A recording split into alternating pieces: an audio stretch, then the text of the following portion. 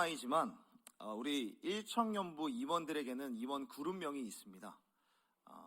이청년부 혹시 임원들에게는 그룹명이 없습니까? 일청년부에는 그룹명이 하나 있는데요. 작년까지는 우리 임원들의 이름이 금만시였습니다. 금을 만드는 시간, 임원의 자리에서 이렇게 수고하는 그런 시간들이 결코 허비되는 시간이 아니라 그런 시간들로 인하여서 오히려 금을 만들고 내가 금이 되어져 가는 그런 시간이라는 의미로 금만시가 된 것이 아닐까 추측해 봅니다. 그리고 그 전에는 예지장이 뭐였죠? 거듭나자 무려 3번이나 거듭나자라는 그런 그룹명으로 활동을 했었습니다. 그러면 제가 들은 이건 뭐죠? 미소사는 뭐죠? 믿음 소망사. 믿음 소망사는 언제 그때 당시에 회장님이 누구셨습니까? 주영자매가 오셨군요. 그리고 우리 상혁초이 전도사님이 회장일 때는 광야라고 들었습니다. 그러니까 코로나로 인해서 교회가 아무것도 하지 못하는 그런 시기가 마치 광야와 같은 시기인 것 같다라고 해서 광야라고 지었다라고 들었습니다. 그리고 현재 저희 일청년부의 임원 그룹명 혹시 아십니까? 독수리 5형제가 아니라요. 독수리 5남매입니다. 독수리 5남매. 우리 좀 뜬금없지만 우리 일청년부 임원 우리 독수리 5남매에게 격려와 지지의 박수를 한번 좀 주셨으면 좋겠습니다. 우리 독수리. 참고로 회장은 방금 기도했었던 우리 안성찬 형제이고요. 그리고 그룹명은 만들어지지 않았지만 우리 또 올 한 해 이청년부에서 수고해 주실 우리 이청년부 임원들을 향하여서도 우리 격려와 지지와 응원의 박수 드렸으면 좋겠습니다. 독수리 5남매. 공중의 왕이라고 불리우는 동물, 새 중에 왕이라고 불리우는 동물은 다름 아닌 독수리입니다. 제가 굳이 왜 TMI를 이렇게 말씀드렸냐면 우리 독수리 5남매들도 유념해서 잘 들어주셨으면 하는 그런 바람과 그리고 우리 모든 청년들이 잘 들어주셨으면 하는 바람으로 이런 이야기를 좀 구차하게 했습니다. 이 공중의 왕이라고 불리우는 이 독수리에게 의외로 천적이 있는데 혹시 천적에 대해서도 혹시 아십니까? 독수리에겐 천적이 있는데 천적은 의외로 까마귀입니다. 물론 독수리와 까마귀가 1대1로 싸우게 되면은 까마귀가 독수리를 이겨낼 수가 없습니다. 일단 뭐 발톱이나 날개 크기에 있어서 독수리가 훨씬 우위에 있는 것이 사실이지만 그런데 우리가 유튜브 같은 걸 찾아보면 독수리가 까마귀 때문에 곤욕을 치르는 그런 영상들을 굉장히 많이 찾아볼 수 있고 심지어는 이 까마귀가 독수리 등에 타고 굉장히 괴롭히는 그런 영상까지도 찾아볼 수 있게 됩니다. 그 이유가 뭐냐면 독수리는 사자나 호랑이 같은 어떤 동물의 어떤 먹이 사슬의 정점에 있는 동물들이 거의 다 그렇듯이 소수 또는 혼자 생활을 하게 됩니다. 독수리는 그러니까 혼자 생활을 하는 게 굉장히 익숙한 거예요. 그래서 우리 일청 임원들이 독수리 5남매라고 짓는다고 했을 때 독수리 굉장히 개인적인 동물인데 라는 그런 이야기를 계속해서 했지만 우리 역시 강단 있으신 우리 안성찬 회장님께서 아니요 저희 독수리 5남매 할 겁니다 라고 해서 그럼에도 불구하고 우리 독수리들의 가진 특징을 우리 한번 좀 잘 생각해 봤으면 좋겠는데 독수리는 이제 혼자 생활을 하지만 이제 까마귀가 천적이 된 이유는 까마귀는 무리를 지어서 떼를 지어서 그러니까 하이에나처럼 그렇게 떼를 지어서 생활을 하게 되는 것이죠. 그래서 떼로 날아다니는 이 까마귀들의 공격을 당하게 되면 독수리는 속수무책으로 당할 수밖에 없고 또 경로가 차단되기까지 하고 심한 상처까지 입게 되는 거예요. 이제 까마귀들은 수도 많고 또 소리도 크고 그리고 작으니까 날개도 작으니까 이 비행 각도도 굉장히 빠르게 움직일 수 있으니까 독수리의 비상을 계속해서 방해하게 되는 거죠.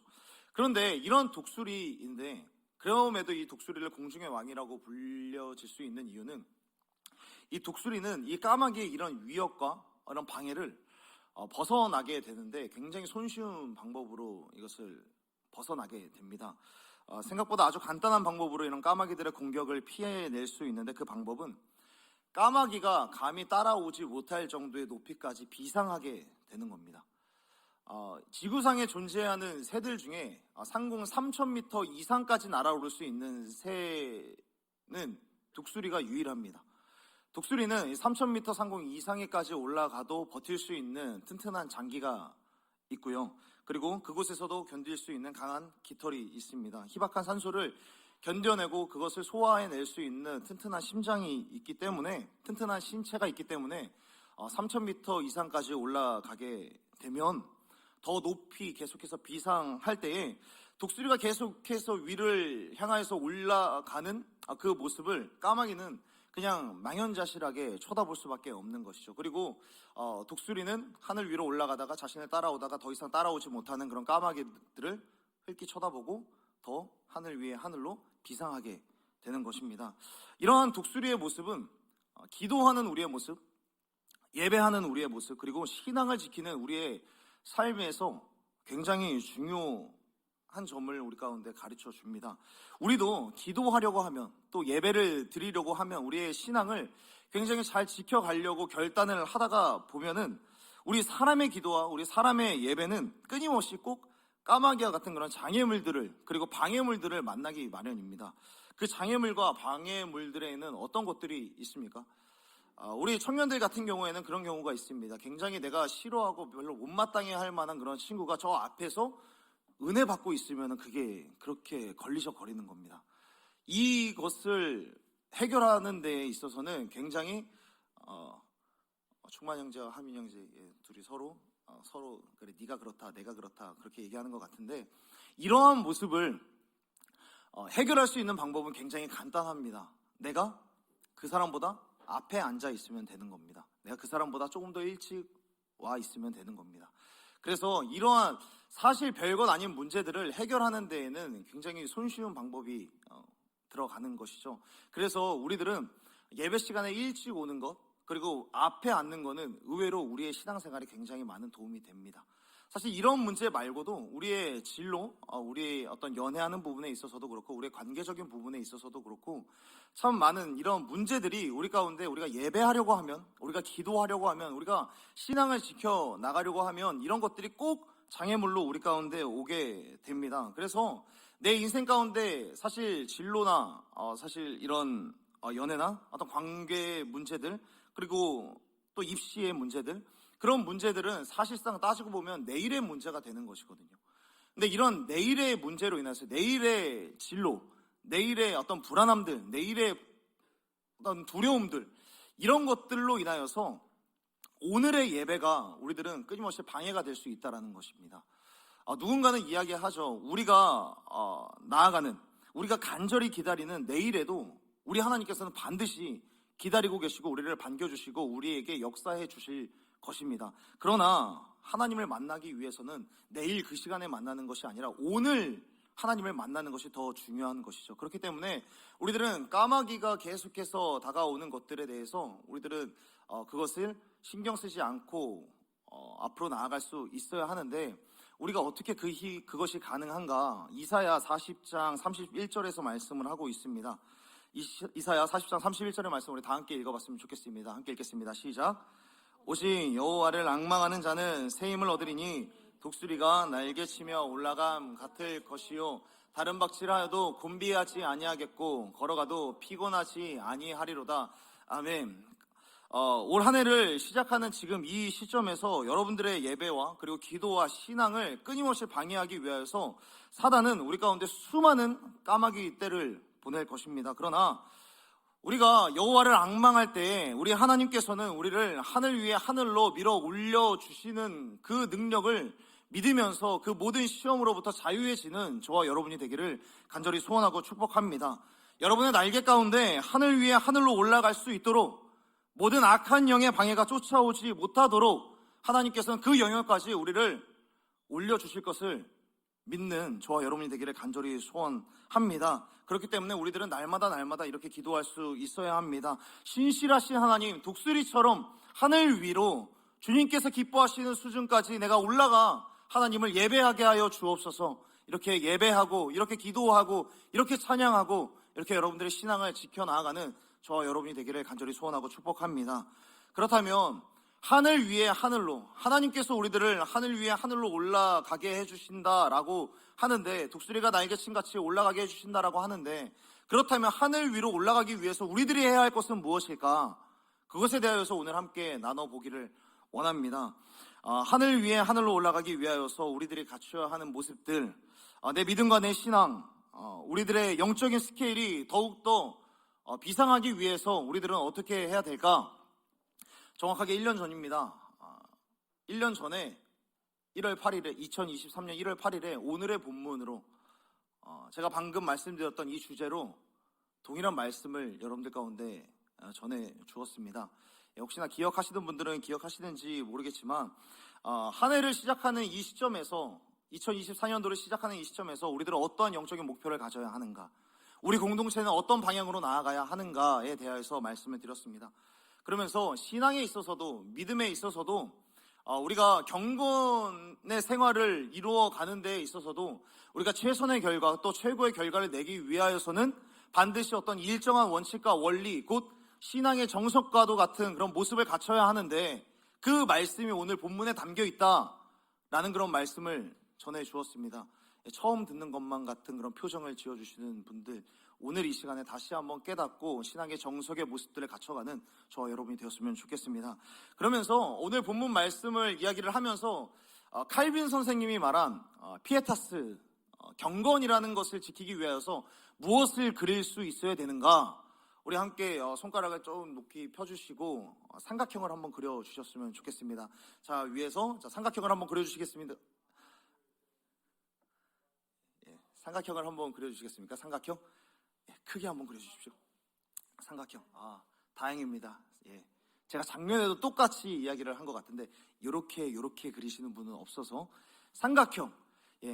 칼빈 선생님은 피에타스, 경건이라는 것에 대해서 이야기를 하면서 반드시 이 삼각형을 잘 그릴 수 있어야 한다. 이 삼각형이 잘 그려지는 교회가 건강한 교회이다 라고 칼빈 선생님은 이야기를 했습니다. 그때 우리들은 하늘 위에 하늘 위로 올라갈 수 있는 그런 교회가 될 수 있다라고 이야기를 하는데, 첫 번째, 우리가 삼각형 가장 위에서 아래로 내려오지 않았습니까? 아래로 내려온다는 것은 무엇일까요? 아래로 내려온다는 것은 하늘 위에서 하나님으로부터 내려오는 하나님의 말씀이 있어야 된다는 겁니다. 오늘 본문 말씀 2장 42절 말씀은 모든 교회의 롤모델로 손꼽히는 교회, 초대교회의 모습을 갖추고 있습니다. 초대교회의 그냥 일상생활의 모습이었습니다. 평범한 모습이었던 거죠. 공동체들이 모였을 때 무엇을 하는가, 그 초대교회의 모습 속에서는 일단 모이게 되면 그들은 2장 42절에서 우리 다시 한번 42절의 말씀 함께 읽어봤으면 좋겠습니다. 함께 읽겠습니다. 시작. 그들이 사도의 가르침을 받아, 아멘. 여기까지요. 하나님으로부터 내려오는 그 하나님의 말씀을 사도로부터 계속해서 가르침을 받았다라는 것입니다. 하나님으로부터 우리에게 내려오는 말씀이 반드시 있어야 한다라는 것이죠. 우리가 신앙을 잘 지키기 위해서, 신앙을 잘 성장시키기 위해서, 또 바른 교회 생활이 이어지기 위해서는 죄송합니다만 오래 지속된 전통들, 그리고 원칙들, 또 회칙이라고 할지라도 그것이 지켜진다라고 해서 건강한 교회 공동체가 되는 것이 아닙니다. 물론 그런 원칙과 회칙들이 말씀으로부터 비롯되었다고 할지라도 사실 그것보다 더 중요한 것은 우리들은 날마다 이곳에서 무엇을 해야 되냐면 하나님의 말씀을, 하나님으로부터 내려오는 그 하나님의 말씀을 우리들은 배울 수 있어야 한다는 것입니다. 하나님의 말씀이 주어져야 되고 하나님의 말씀이 들려야 하고, 하나님의 말씀이 들려올 때 잘 배우고 이 말씀으로부터 먼저 은혜를 받는 것, 이 은혜를 받는 것이 우리의 신앙과 경건, 또 교회로서의 가장 첫 번째 모습이다라고 이야기를 하는 것입니다. 초대교회 성도들은 교회로 모일 때마다 이 일들을 계속해서 한 거예요. 제자들, 사도들, 또는 목회자들, 리더들에게 늘 하나님의 말씀을 배우게 된 것이죠.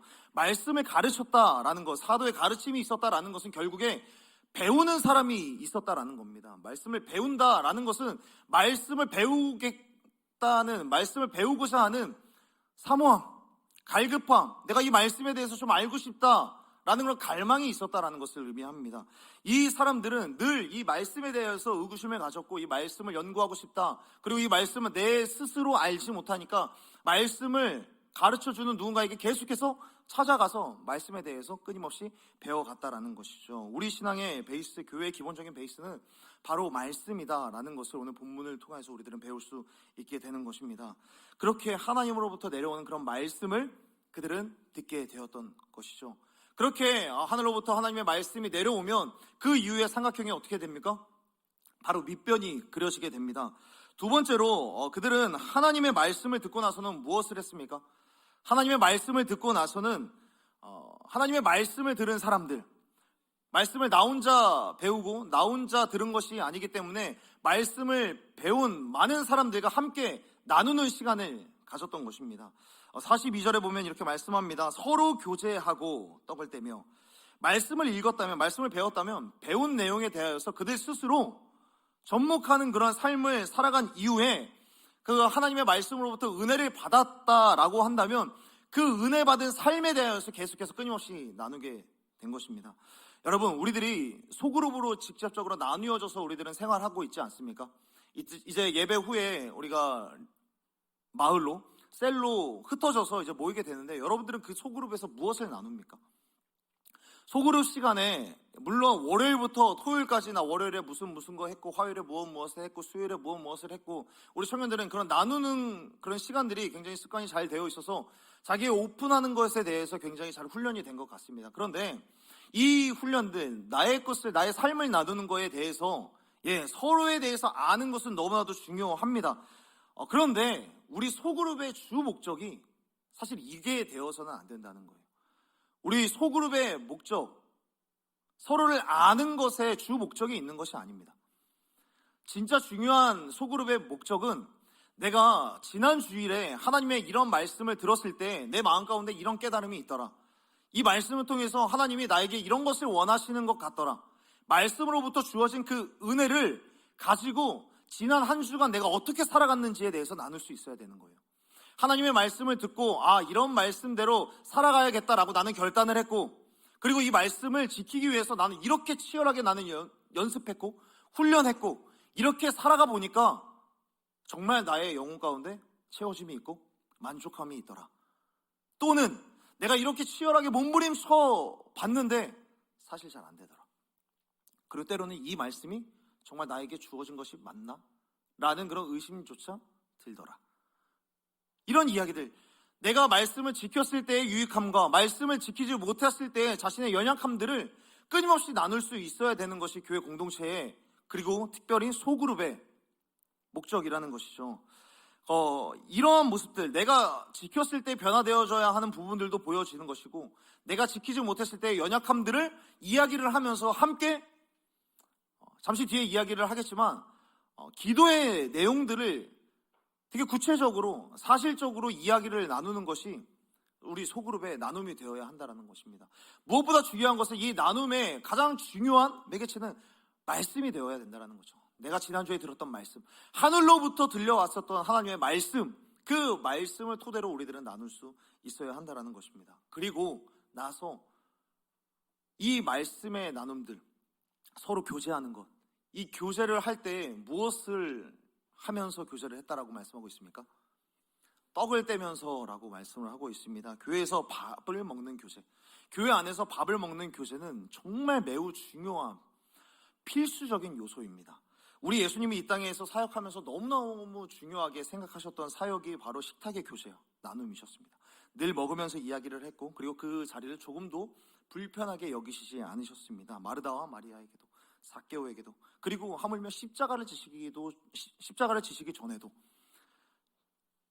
제자들과 함께 한 곳에 앉아서, 식탁에 앉아서 최후의 만찬이라는 시간을 함께 나눴습니다. 물론 그 시간에 예수님께서 죽으시는 그 의미와 피 흘리시는 그 의미에 대해서 말씀하시긴 하셨지만, 그러나 그 식탁의 자리에서 교제하는 것, 그것에 대해서 굉장히 중요하게 생각하셨던 것이죠.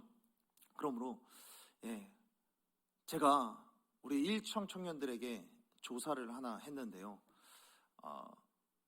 이런 조사였습니다.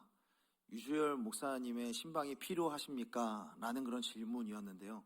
100명의 청년들 중에 80명의 청년들이 아니요 라는 응답을 해 주었습니다. 죄송합니다 하면 그 80명의 아니오라고 하는 응답에 더 눈길이 가더라고요. 그 80명의 청년들에게 먼저 식사의 자리로 초청하고자 합니다. 식사하는 거, 교회 안에서 식사하는 거 자연스러워야 되는 거예요. 그리고 셀끼리 교제하실 때 꼭 차 한 잔이라도 혹여나 돈이 없다라고 하면 저한테 말씀하십시오. 저한테 말씀하시면 어떻게든지 드리도록 하겠습니다. 그리고 앉아 계시는 우리 팀장님들과 부장님들 든든하게 앉아 계십니다. 죄송합니다. 미리 얘기 없었던 건데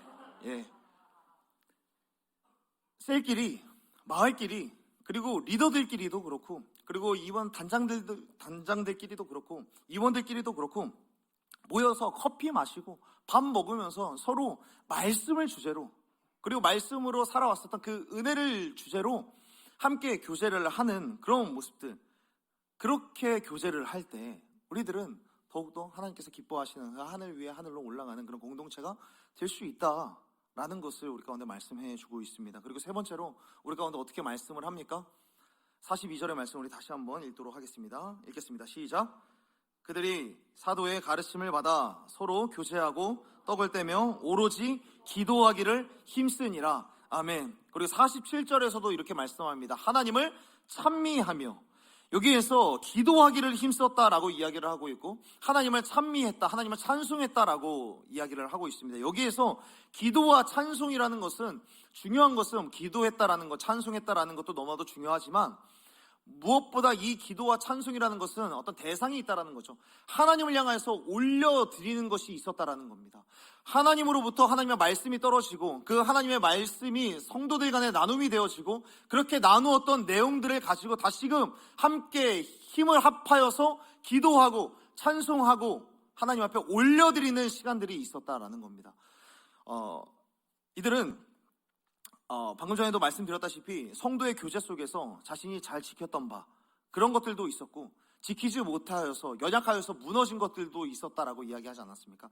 자신의 연약한 점들에 대하여서 기도하면서 함께 올려드리는 겁니다. 그리고 실질적인 그런 반응들, 내가 하나님의 말씀에 대해서 이런 반응들이 있어 보니까 다른 사람들도 또 이런 이야기들을 하더라, 내 주변에서 또 이런 이야기들을 하더라, 서로 나눔의 주제들이 굉장히 많아지지 않습니까?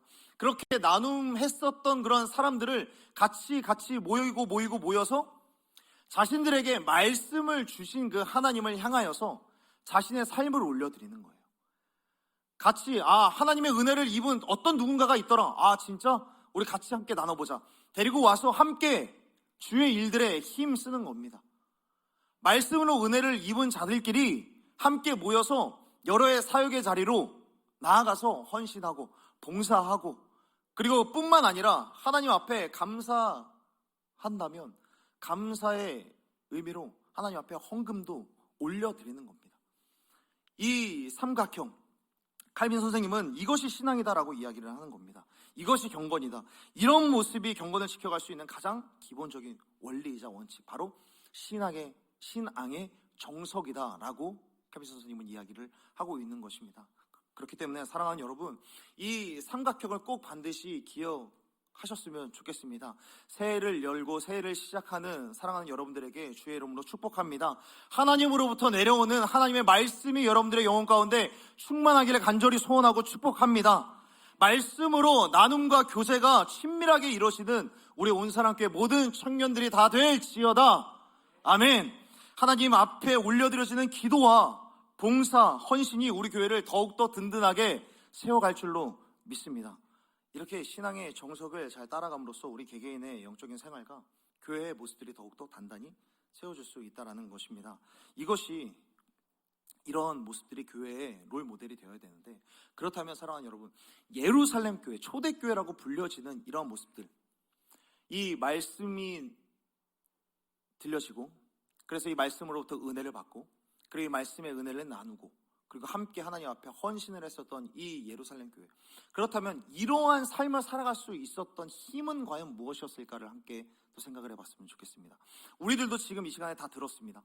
말씀을 들어야 한다, 말씀을 배워야 한다, 그리고 말씀으로 우리들은 삶을 나눠야 된다, 지난주 들었던 그 말씀을 가지고 함께 나눠야 한다, 그리고 다 함께 기도도 올려드리고 찬양도 올려드려야 되고 헌신도 올려드려야 된다는 것을 들었어요. 우리들은 이미 알고 있습니다. 그리고 지금까지도 우리들은 수없이 많이 들었고요. 작년 1월 8일에 방금 전에 말씀드렸다시피 1월 8일에 분명히 들었습니다.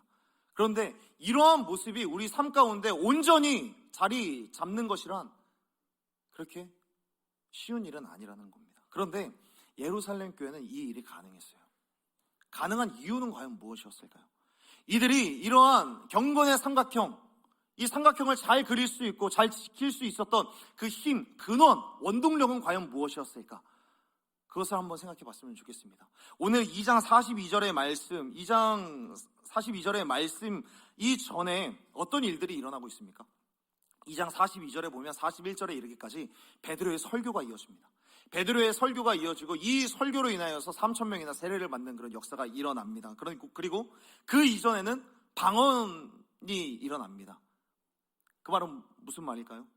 2장 1절부터 4절에 기록된 내용들이 그곳 가운데 임했기 때문에 그들은 이런 삼각형을 잘 지킬 수 있게 되었다는 겁니다. 그렇다면 이렇게 교회가 교회될 수 있도록, 이런 교회가 될 수 있도록 그들을 밀어 올릴 수 있었던 그 힘은 어디에 있었을까?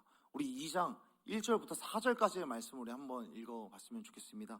방송실 죄송합니다. 1절부터 4절까지는 준비가 되어 있지는 않는데요. 우리 1절부터 4절까지의 말씀, 우리 성경책에 있으신 분들 1절부터 4절까지의 말씀 우리 함께 읽어봤으면 좋겠습니다. 1절 읽겠습니다. 시작.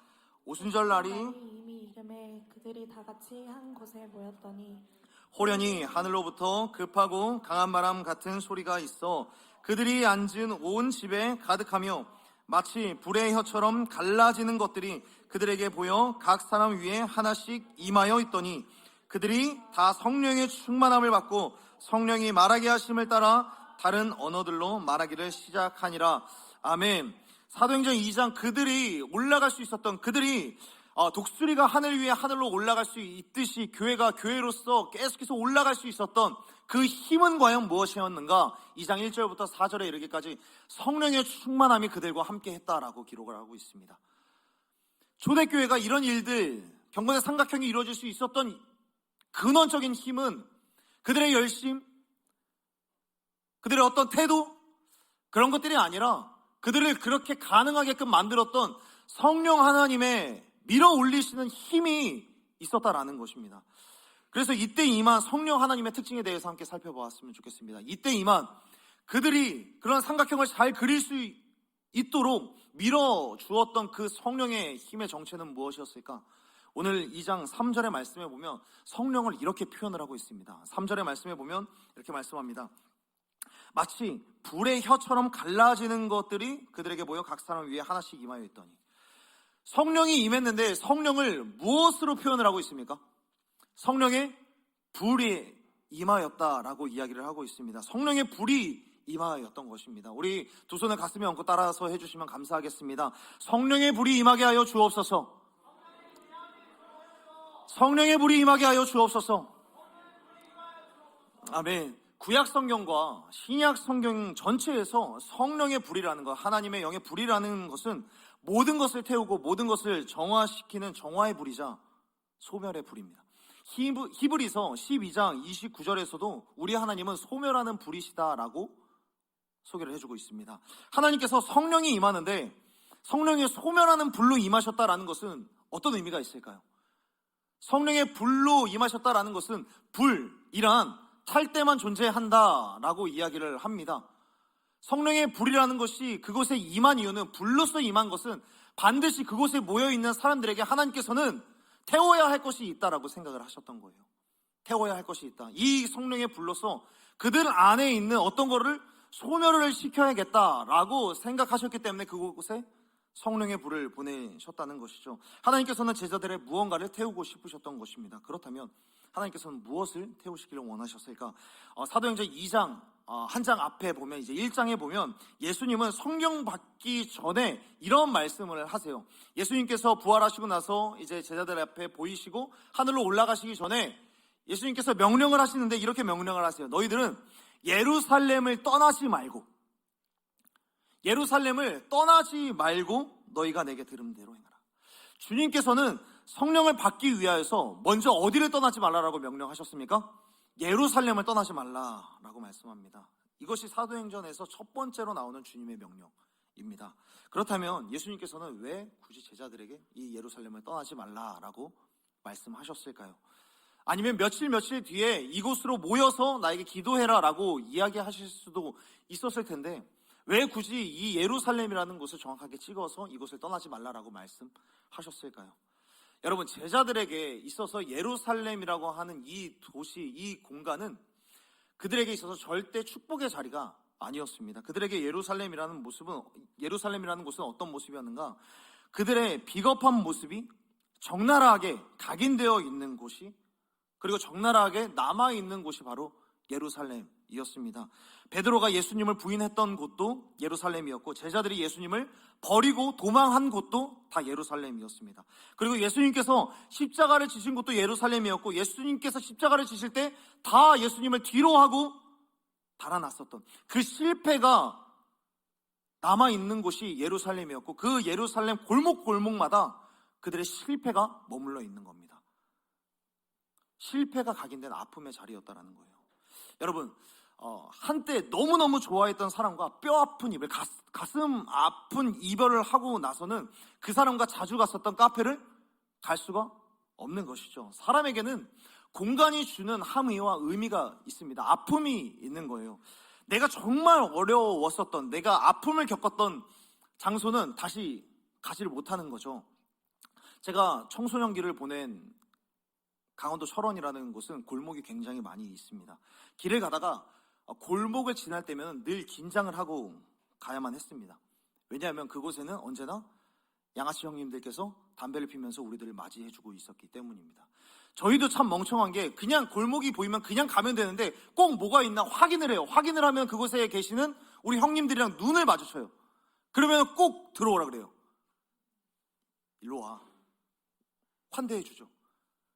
제가 학교를 다녔을 때는, 여러분들은 그런 시절을 잘 모르시겠지만, 너 뒤져서 나오면 10원에 한 대다 라는 그 말의 무서움을 너무나도 많이 겪었었던, 혹시 이런 아픔을 겪으셨던 분 손 한번. 저와 같은 아픔을 겪으신 분 없으십니까? 현민 형제 없어요? 여기는 곧 가해자, 죄송합니다. 이런 아픔들이 있다 보니까 골목을 지날 때마다 사실 쉽게 가지를 못하는 거예요. 그곳에 가면 그냥 지나가다가도 불려오는 곳. 그런데 그곳에 없어도 그곳에 가면은 긴장하게 되고 그곳에 여전히 아픔들이 떠오르게 되는 것이죠. 어떤 사람이 늘 폭행을 당했거나 깡패를 만났던 그런 골목이 있으면 그 골목으로는 가고 싶지 않은 것이 사람의 본능입니다. 그러니까 예수님의 제자들이 바로 이런 거예요. 이 예루살렘 곳곳은 그게 사실 가고 싶지 않은 곳이에요. 가면은 나의 아픔과 나의 실패와 나의 어떤 나약한 모습, 나약한 민낯이 그대로 드러나는 곳이기 때문에, 그래서 예수님께서 십자가에 지시자마자 예루살렘을 다 떠나버린 거죠. 이것은 어찌됐든 나의 실패의 자리이기 때문에. 그러니까 성령님께서 임하시기 전에 이 예루살렘은 제자들에게 실패를 상징하고 모든 비겁함과 두려움이 낱낱이 드러나는 아픔과 상실의 자리였던 것입니다. 그리고 두 번째로, 이런 실패와 수치의 자리로 기억하는 것을 넘어서 사실 물리적인 두려움이 있는 곳입니다. 무슨 말이냐면 사람들을 진짜 어렵게 만드는 힘은 어떤 사적인 힘보다 공권력의 힘이 훨씬 우리들을 두렵게 합니다. 여러분들에게 질문 한 가지 한번 해보겠습니다. 이때 당시 예수님의 제자들이 예수님을 따라다녔을 때 당시의 그 나이는 몇 살이었을까요? 한번 손을 들어서 한번 표현해 주시면 감사하겠습니다. 제자들의 나이가 20대 때였을 것이다 라고 생각하시는 분 한번 손 한번 들어주시면 감사하겠습니다. 없습니까? 20대 때. 자, 30대였을 것이다 한번 손 한번 들어주시겠습니까? 예, 30대. 아니다. 예수님의 제자들이 10대였을 것이다 한번 손 한번 들어주시겠습니까? 그럼 뭐예요? 40대예요? 손 안 드신 분? 그러니까 이름을 부르고 싶지 않습니다. 예. 이 제자들의 나이를 추론하는 그런 여러 가지 연구가 있는데, 한 번은 예수님께서 성전세에 관련하여서 시비를 붙었던 적이 있거든요. 성전세에 관하여서 시비를 붙었던 적이 있는데, 이때 당시에 성전세를 낸 사람이, 이 성전세라는 것은 세금이니까 당시에 20세 이상의 남성들만 내는 거예요. 그러니까 20세 이상의 남자들이 누구였냐면 이때 당시에 성전세를 낸 사람이 예수님과 베드로밖에 없는 거예요. 그럼 나머지 그 사람들은 다 10대 때였다는 것이죠. 제가 20대 초반에 혹시 TV 프로그램 중에 야심만만이라는 TV 프로그램 혹시 아시는 분 있으십니까? 저와 같은 공감대를 가지신 분이 한번 손 한번 들어주시면 감사하겠습니다. 야심만만. 예, 10,000명에게 물었습니다. 예, 10,000명에게 물어서 리서치를 조사하는 건데, 이제 그곳에 그 어떤 TV 프로그램에서 그런 리서치 조사를 했었어요. 20대 남성들에게 당신이 정말 무섭게 생각하는 것은 무엇입니까? 라고 이야기를 물어본 거죠. 그때 1위는 기억이 안 나는데 2위가 이거였어요. 10대 남성들이 무섭습니다 라는 거. 그러니까 10대 남성들은 사실 눈에 뵈는 게 없죠.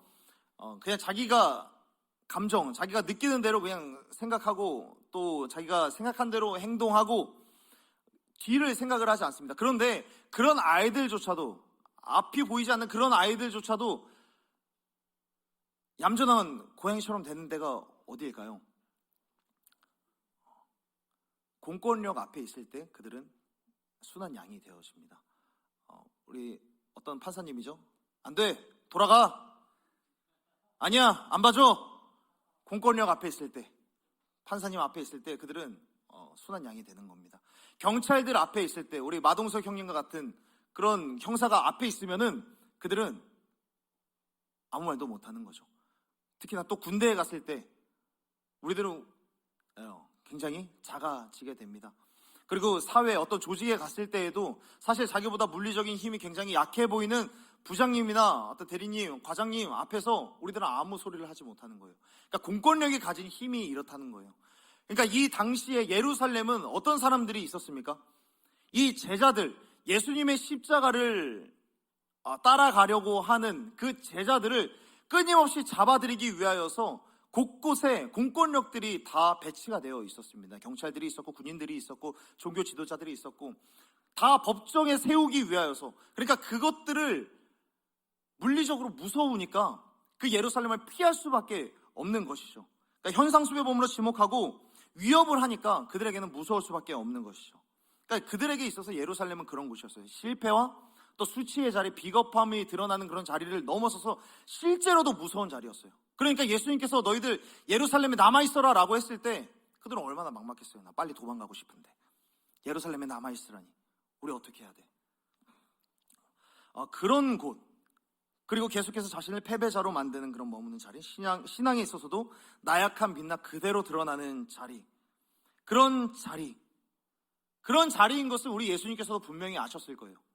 그럼에도 불구하고 우리 예수님께서 예루살렘에 그대로 남아있어라 라고 말씀하신 이유가 과연 무엇이었을까요? 이 말씀은 뭐냐면 너희들이 어떤 존재인지를 알라는 거예요. 너희들이 어떤 존재인지를 알고 앞으로 성령이 너희들에게 임하였을 때, 너희들 가운데 놀라운 일이 일어나게 됐을 때에 그 일들을 누가 행하는지, 누가 행했는지, 내가 행해야 하였다 라고 말하지 못하고 주님께서 행하셨구나 라는 것을 고백하게 하기 위해서 굳이 예루살렘에 남아있으라 라고 말씀을 하신 겁니다.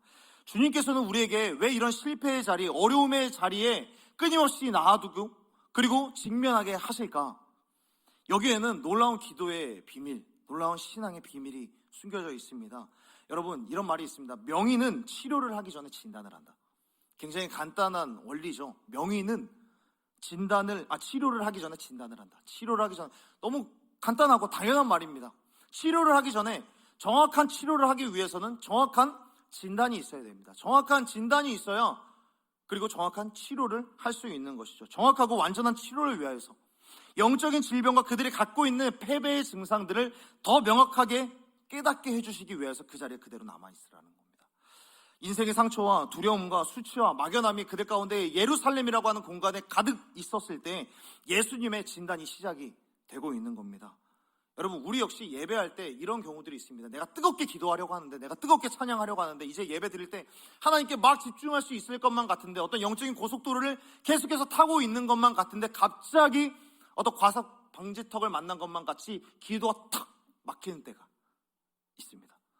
기도가 언제 탁 막히느냐? 갑자기 어느 누군가가 나에게 주었었던 상처가 갑자기 막 떠오르는 거예요. 가정 안에 있었던 상처들, 그리고 혹여나 내가 누군가에게 입혔던 상처들이 일어나게 될 때가 있습니다. 사람들로부터 오는, 그리고 패배감들을, 그리고 나의 실패의 시간들이 계속해서 떠오르게 되는 것들, 내가 실수했던 것들, 또는 일어나진 않았지만 미리 예견한 슬픔들, 아픔들에 의하여서 우리들은 하나님 앞에 기도에 집중하지 못하고 그 자리에서 턱 멈춰버릴 때가 있습니다. 기도를 성실하게 해나가려고 하는데도 왜 그럴까? 때로는 이것들이 사단의 방해일 수도 있지만 하나님께서는 오히려 그것들을 일부러 이러한 시간에, 예배에 집중하는 이 시간에 우리들을 깨닫게 하시는 것일 수도 있다는 거예요. 이는 정확한 진단을 내리는 것이죠. 지금 너가 나에게 오기 위하여서 지금 너를 가로막고 있는 것들이 무엇냐? 너의 마음을 계속해서 상처를 주고 너의 마음을 계속해서 앞으로 나아가지 못하도록 막는 방해물과 장애물들이 과연 무엇이냐? 너 지금 그것부터 해결해야 된다. 하나님께서는 정확한 진단을, 치료해야 될 것을 하나님께서는 정확하게 알려주시는 겁니다. 그렇게 하나님께서는 진단하시고 진단한 부위에 암세포를 치료하는, 암세포를 태우는 치료처럼 성령의 불을 내려주시는 것입니다. 수치심에 갇힌 그곳에 성령의 불을 내리시는 것이죠. 그래서 이들은 성령을 받고 나서부터 그들에게 있어서 예루살렘은 더 이상 두려움의 장소가 아니게 됩니다. 이 사도행전 2장이 끝나자마자 3장에 이르면 바로 어떻게 됩니까? 베드로와 요한이 성전을 향하여서 나아갑니다. 그리고 안진뱅이를 일으켜요. 예루살렘 길거리를 그냥 활보하게 되는 거예요.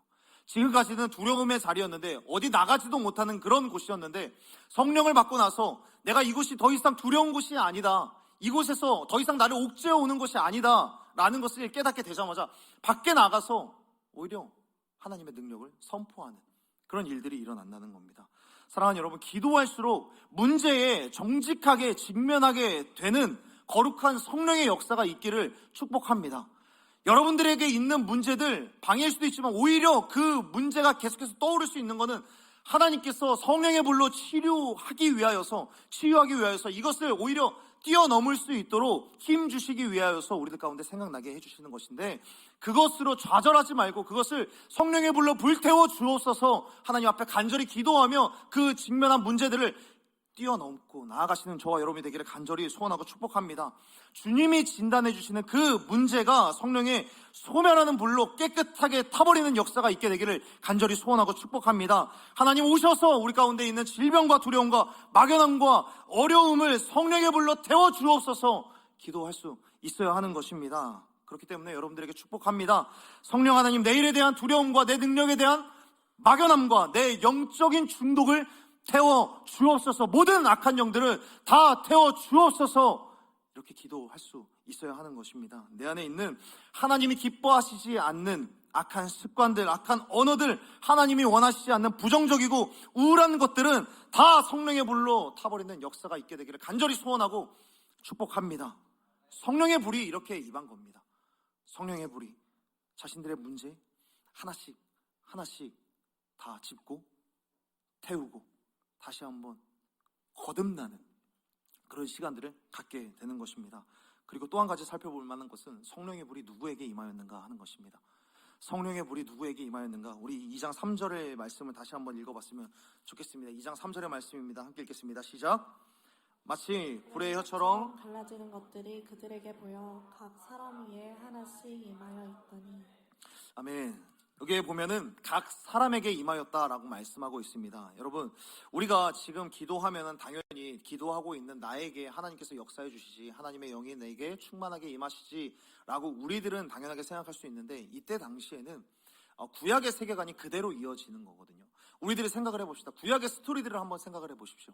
구약의 스토리들을 생각해 보면 하나님의 영이 한 곳에 모여 있는 모든 사람들에게 임하였었던 현장이 있었을까요? 구약의 사람들, 아니 유대인들에게 있어서는 성령님은, 하나님의 영은 어떤 탁월한 리더들, 어떤 소수들에게 임하는 것이 당연하다라고 생각을 했습니다. 모세나 다윗이나 여호수아나 사사들, 어떤 소수 한 사람 하나님께서 세우신 탁월한 리더들 한 사람들에게 임하는 것이 성령의, 하나님의 영이 임하는 기본적인 조건이다라고 생각을 했었던 겁니다. 그래서 이 사람들이 모였을 때 성령을 기다리라라는 이 말씀을 들었을 때에도 우리들이 기도하면 베드로나 요한 같은 예수님의 수제자들, 예수님의 제자들 몇 사람에게 성령이 임하겠구나라고 생각을 했을 수도 있다라는 겁니다. 그러니까 정통한 사도들만 이것을 받을 수 있다라고 생각을 한 겁니다. 우리는 당연하게 생각하겠지만 그들은 그렇게 생각한 거예요. 그래서 그곳에 모여 있는 사람들, 그 사람들은 아마 나는 그냥 저들이 성령을 받기 위해서 기도해주는 그냥 중보자 정도가 아닐까라고 생각을 했었던 것이죠. 그러나 그들에게는 이런 문제가 있었던 거예요. 그곳에 모여있는 120명의 사람들에게 나는 그래 예외가 되진 않을까, 나는 못 받게 되지 않을까, 나는 성령 충만함을 받을 만한 그런 그릇이 아니야, 나는 그래 여기에 나온 지도 얼마 안 된다, 나는 이 무리들과 친하게 지낼 것도 얼마 되지 않는데, 나는 내 인생에 부족한 것들도 너무 많이 있고, 나는 바로 어제 불타는 밤을 보내느라고 나는 수많은 죄를 지었는데 나는 당연히 이 성령의 불을 받지 못할 거야 라고 생각을 했었던 사람들이 바로 이곳에 있었던 사람들입니다. 그런데 그곳에 각 사람에게 성령이 임하는 역사가 일어납니다. 이것은 무엇을 이야기를 하냐면 성령 하나님께서는 누군가를 제외시키거나 소외시키는 것을 굉장히 싫어한다라는 것입니다. 지극히 작은 소자부터 셀 리더들, 셀 원들 한 사람 한 사람이고, 이곳에 모여있는 1청이건 2청이건 장년부건 모든 사람들이, 모든 예배자들이 성령의 충만함에 들어가기를 원하시는 것이 바로 하나님 아버지의 마음이라는 것입니다. 그렇기 때문에 이곳에 모여있는 모든 분들 성령의 충만함으로 들어가게 되는 축복이 있기를 간절히 소원하고 축복합니다. 그런데 우리 하나님께서는 어떤 분이신가? 우리 하나님이 너무 멋있는 게 무엇입니까? 사람이 하나님을 제안해도 하나님은 그 제안을 뚫고 들어오시는 거예요. 우리들은 아무리 막으려고 해도 우리 하나님은 들어오신다라는 것이죠. 사랑하는 여러분, 이미 하나님을 믿는 우리들에게는 문제가 되는 건 뭐냐면 하나님을 믿느냐 믿지 않는 것, 그것은 우리들에게 문제는 아닙니다. 우리들은 모두 다 하나님을 믿기 때문에 그런 것이죠. 그런데 우리들은 하나님을 제안하는 게 문제인 거예요. 우리들이 열심히 하나님 앞에 기도합니다. 하나님, 이러한 상황이 좀 바뀌었으면 좋겠습니다. 하나님, 우리 가족이 좀 변했으면 좋겠습니다. 아니, 하나님, 나에게 이런 아집과 고집들이 있습니다. 하나님, 이것 좀 고쳐주십시오. 성령의 불로 불태워 주십시오 라고 기도를 하는데, 당장 내일 변하지 않는 나의 삶을, 변하지 않는 나의 고집과 변하지 않는 우리 가족들을 볼 때에 이런 마음은 금세 사라지게 되는 거예요. 어제 기도했었던 그 기도, 하나님을 향하여서 내가 믿음으로 기도했었던 그 기도에 내가 제동을 걸어버리는 겁니다. 그런 모습들이 우리 가운데 현실에 맞닿았을 때, 현실을 바라볼 때 변하지 않을 것만 같은 그런 현실 속에서 하나님을 제안해버리는 거예요. 그러나 우리 하나님은 그 제안을 뚫고 들어오셔서 역사하시는 하나님이심을 믿는 저와 여러분이 되었으면 좋겠습니다. 그래서 우리들은 희망이 없고 소망이 없는 것처럼 기도할지언정 그럼에도 끊임없이 기도할 수 있는 겁니다. 하나님은 그런 믿음 없는 기도를 통해서도 역사하시는 성령 하나님이시기 때문입니다. 그렇게 사람들에게 성령이 충만하게 되었고, 성령이 충만해진 베드로가 하나님의 말씀을 선포하는데 그 말씀 선포와 함께 불어오는 성령의 바람이 성령의 불을 더 지피기 시작을 하는 거예요. 2장 계속해서 말씀하고 있는 것이 무엇입니까? 베드로가 설교를 하는데, 여러분, 베드로가 설교하는 그 설교의 내용에 어떤 내용이 있는지 아십니까? 여러분, 혹시 성경 지금 피셔서 요엘 성경 한번 찾아보실 수 있으시겠어요? 요엘 2장의 말씀 한번 찾아보시겠어요? 요엘 2장 성경책 피셨어요. 목차 없이, 목차 보지 않고, 옆에 이거 호요람 보지 말고, 마망룩 이거 보지 말고, 나합습 이거 보지 말고 요엘 찾을 수 있는 사람 있습니까? 다시 한번 저를 봐주시겠어요? 베드로가 이 성령의 불을 받고 설교를 하기를 시작을 하는데, 성경 말씀을 인용을 하게 되는데, 시편의 말씀도 인용을 하고 요엘의 성경까지도 인용을 하기를 시작을 하는 거예요. 우리들이 잘 알고 있는 성경 구절 있죠. 그러니까 이때 당시에 요엘이라고 하는 이 성경 구절은 사실 요엘 성경뿐만 아니라 모든 성경이, 이때 당시에는 성경 합본, 우리처럼 이 성경 합본이 없었을 때거든요. 이런 성경 합본도 없고 성경을 완본으로 볼 수가 없는 때였습니다. 그러니까 파피루스나 종이도 아닌 그런 종이 같은 데다가 말씀 몇 구절 정도, 그런 거 보면서 말씀을 외워갈 텐데, 베드로가 요엘에 있는 그런 말씀, 자녀들은 예언할 것이요 젊은이들은 환상을 보고 늙은이들은 꿈을 꾸리라, 이런 성경의 말씀을 인용하기를 시작을 하는 거예요. 성경에 어떻게 보면은 이런 표현 좀 그렇긴 하지만 구석탱이에 있는 저 변두리에 있는 그런 말씀을 인용하기를 시작을 하는 거예요. 이 말씀들을 인용을 하게 되는데 구약학과 신약학을 연구하는 수많은 성경학자들이 뭐라고 이야기를 하냐면, 베드로는 주일마다 회당에 가서 사실 이해도 안 가고 어디다 써야 하는지도 모르는 그 말씀들을 달달이 외웠을 것이다 라고 이야기를 합니다. 그러니까 이 말씀을 읽어도 이 성령의 불이 임하기 전이니까 회당에 가서도 말씀을 배울 수가 없는 거예요. 성경에 대하여서 가르칠 수 있는 그런 사도들도 많이 없고, 그러니까 이 성경에 대해서 배울 수 있는 곳이 없는데, 성경 어찌됐든 기록되어 있는 성경은 있으니까 성경에 대해서 계속해서 읽고 또 외우고, 사실 이걸 어디다 써야 되는지도 모르지만 하나님의 말씀이니까 그냥 읽는 거예요. 하나님의 말씀이니까 읽어두고 계속해서 그냥 어디다가 적어두고 내 삶 가운데 적용 한번 해보고, 근데 적용할 만한 것은 내가 어떻게 적용해야 될지도 모르는 것은 이 말씀이 무슨 뜻인지도 모르니까 그냥 단순히 막 외웠던 것이죠. 사실 왜 외웠는지도 몰랐을 거예요. 그런데 여러분, 그렇게 막 말씀을 외웠던 게 어디에서 깨어지기 시작하냐면, 이 성령의 불과 성령의 바람이 그 베드로의 심령 가운데 맞닿아지게 되니까 모든 상황들이 말씀으로 깨어지기를 시작을 하는 거예요. 여러분들도 혹시나 그런 경험이 있는지 모르겠습니다. 기도를 하는데, 내가 막 열심히 기도를 하는데 갑자기 어떤 하나님의 말씀이 머리를 싹 스치고 지나가요. 그러니까 이런 분들이 있죠. 막 기도를 하는데 아무것도 두려워하지 마라, 내가 너를 나의 오른손으로 붙들리라, 이런 말씀이 떠오르는, 그러다 보니까 내가 뭐에 두려워하고 있었구나 깨닫게 되고. 그러니까 무슨 말이냐면 이런 구절들이 떠오르면서 이 하나님의 말씀, 그냥 읽었었던 하나님의 말씀이 기록된 말씀 안에서 살아있는 성령의 음성이 되어져 가는 거예요. 하나님의 말씀이 그냥 단순히 읽었었던 이 말씀, 텍스트로 보았던 그 말씀들이 살아있는 말씀으로 내 삶 가운데 구체화되어지고, 이 말씀으로 내 주변에 있는 상황들이 이해가 되고 해석이 되어지고 다 짜맞춰지게 되는 것이죠. 성령의 불이 임했을 때 자기 안에 겹겹이 쌓여져 있었던 이 말씀을 내가 왜 외워야 될까 했었던 그 말씀들이 성령의 불에 맞닿으니까, 성령의 바람이 맞닿으니까 그의 입술 가운데 그 말씀이 선포가 되어지고, 그 말씀으로 모든 상황들이 해석이 되어지고, 그 안에 수많은 사람들이 성령을 받게 되는 계기가 되고, 그렇게 3,000명이나 되는 사람들이 세례를 받게 되고, 그리고 그렇기 때문에 그 입술 가운데 하나님의 말씀이 선포되기를 시작을 하니까 서두에서 말씀드렸던 초대교회의 삼각형이 시작이 되는 거예요. 성령의 바람과 성령의 불이 그곳 가운데 갑자기 임하게 되니까 베드로의 입술에서 하나님의 말씀이 선포되어지고, 그러니까 하나님의 말씀이 들리기를 시작을 하는 거죠. 그곳에 모여있는 사람들에게 살아있는 성령의 음성을 듣게 되니까 그 말씀을 통하여서 말씀을 듣는 사람들이 나누는 게 가능해지고, 그 말씀을 듣고 나누는 사람들이 함께 하나님을 향하여서 헌신할 수 있게 되어지는 겁니다. 성령의 불이 임하니까. 말씀에 대해서 배우는 것, 말씀의 나눔이 있는 것, 말씀을 들은 사람들이 함께 하나님을 향하여서 헌신하는 것, 그 모든 것들은 성령이 임했을 때에 충분히 가능해진다라는 것을 사도행전 2장에 걸쳐서 우리 가운데 말씀해주고 있는 것입니다. 이 모든 것이 성령의 권능, 성령의 불이 임했을 때 이런 일들이 일어나는 줄로 믿습니다.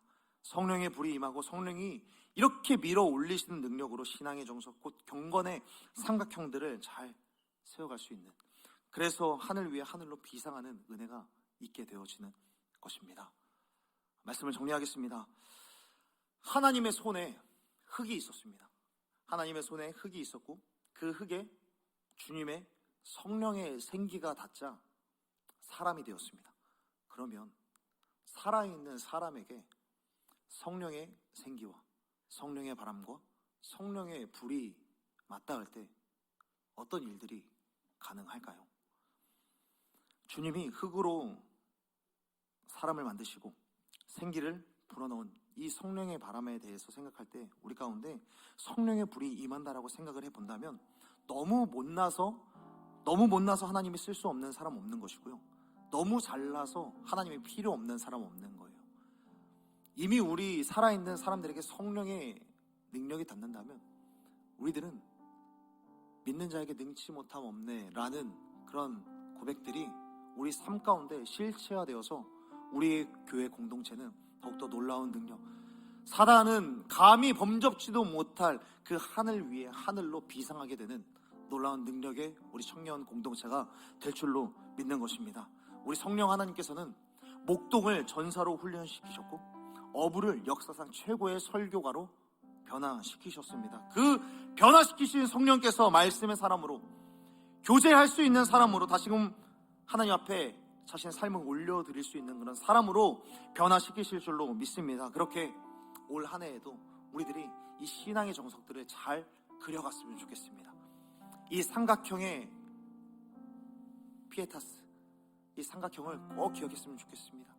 그리고 이 삼각형을 내가 올 한 해, 지금은 작은 삼각형이라면 더욱더 큰 말씀, 더욱더 두꺼운 하나님의 말씀을 오늘 하루 한 절 들었다면 오늘은 여러 말씀을 계속해서 듣고, 그리고 그 나눔의 깊이를 더욱더 더해가고, 그래서 꽉 찬 삼각형을 만들어가는 저와 여러분이 되었으면 좋겠습니다. 그 모든 일들이 가능한 것은 성령의 권능이고 성령의 불이 우리 가운데 임했을 때에 그 삼각형이 아름답게 세워지고 그려지고, 그렇게 하나님께서 보시기에 기뻐하는 공동체로 세워질 수 있으리라 믿습니다.